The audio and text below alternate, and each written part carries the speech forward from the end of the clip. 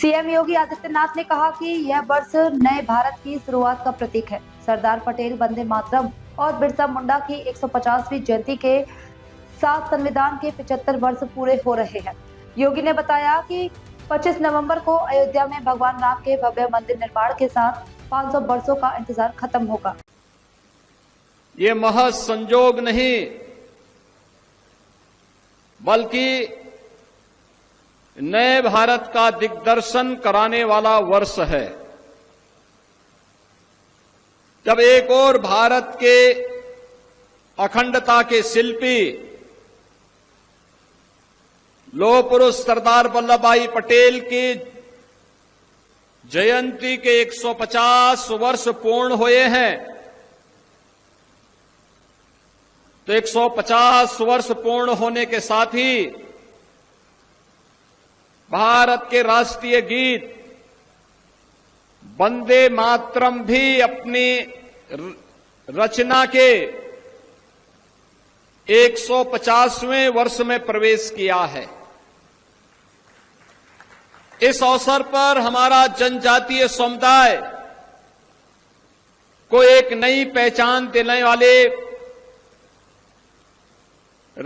देश की स्वाधीनता की चेतना को जागरूक करने के लिए अपने आप को बलिदान करने वाले भगवान बिरसा मुंडा की भी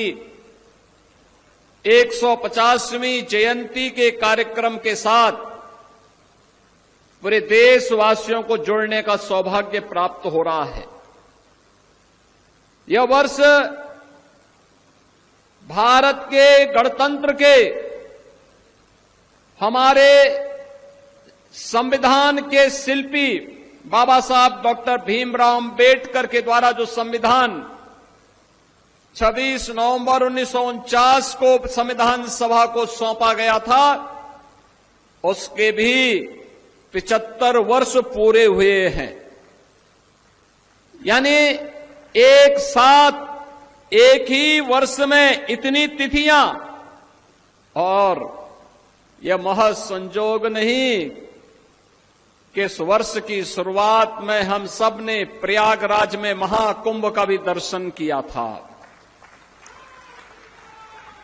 और अभी 25 नवंबर को अयोध्या में 500 वर्षों की गुलामी को समाप्त करने के उपरांत मर्यादा पुरुषोत्तम भगवान श्री राम के भव्य मंदिर निर्माण के उपरांत अब उस पर भगवा केसरिया झंडा लहराता हुआ दिखाई देगा।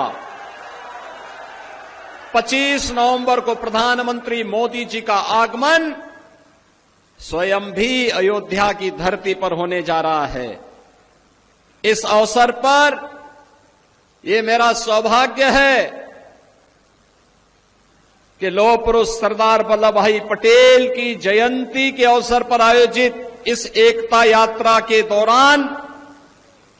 कुर्सी विधानसभा क्षेत्र की इस यात्रा में शुभारंभ करने और बाराबंकी के नागरिकों को 1734 करोड़ रुपए के विकास कार्यों का उपहार प्रदान करने का अवसर मुझे प्राप्त हो रहा है। मैं इन सभी योजनाओं की परियोजनाओं की प्रयास के लिए मंचस्थ जनप्रतिनिधियों को, यहां के विधायक, यहां के जिला पंचायत अध्यक्ष, विधान परिषद सदस्य और अन्य सभी जनप्रतिनिधियों को हृदय से धन्यवाद देते हुए पूरे बाराबंकी वासियों को मैं इन सभी परियोजनाओं की बधाई देता हूं, अपनी शुभकामनाएं भी देता हूं। बहनों और भाइयों, जब हम